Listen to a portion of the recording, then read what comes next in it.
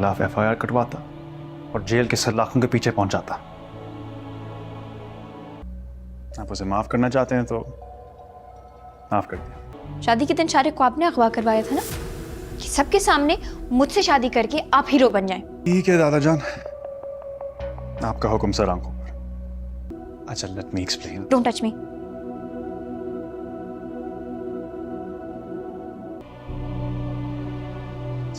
जो कुछ उसने आयत के साथ किया है, मैं उसको इतनी आसानी से नहीं छोड़ता। नाजरीन, ड्रामा सीरियल मीम से मोहब्बत आखिरकार ही अपने अख्तिताम को पहुंचने वाला है। ड्रामा सीरियल मीम से मोहब्बत के सेकंड लास्ट एपिसोड में आप देखने वाले हैं, रोशी का दादा तलहा को फ़ोन करेगा और उसे कहेगा अब शारिक के साथ बहुत हो चुका है, अब तुम उसे घर वापस जाने दो। लेकिन तलहा इस बात के लिए राज़ी नहीं होता।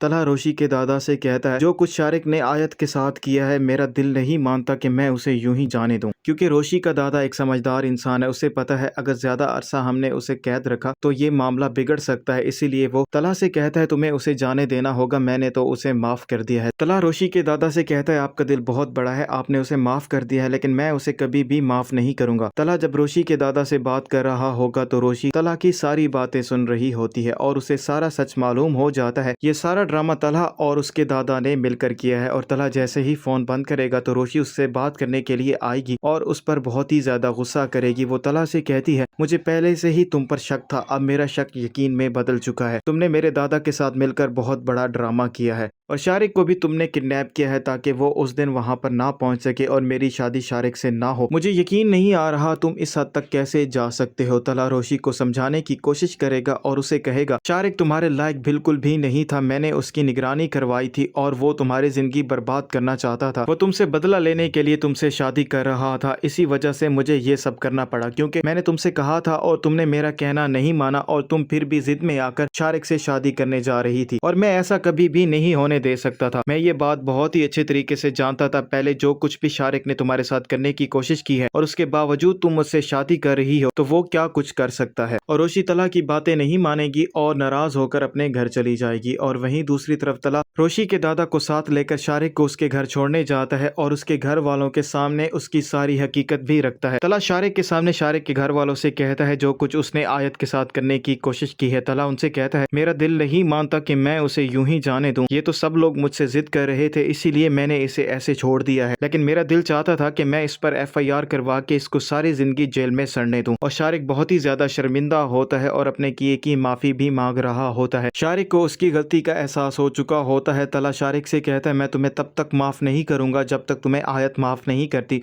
और तुम्हें उसे माफी मांगनी होगी। और शारिक इस बात के लिए भी राजी हो जाएगा कि वो आयत से जाकर माफी मांगे।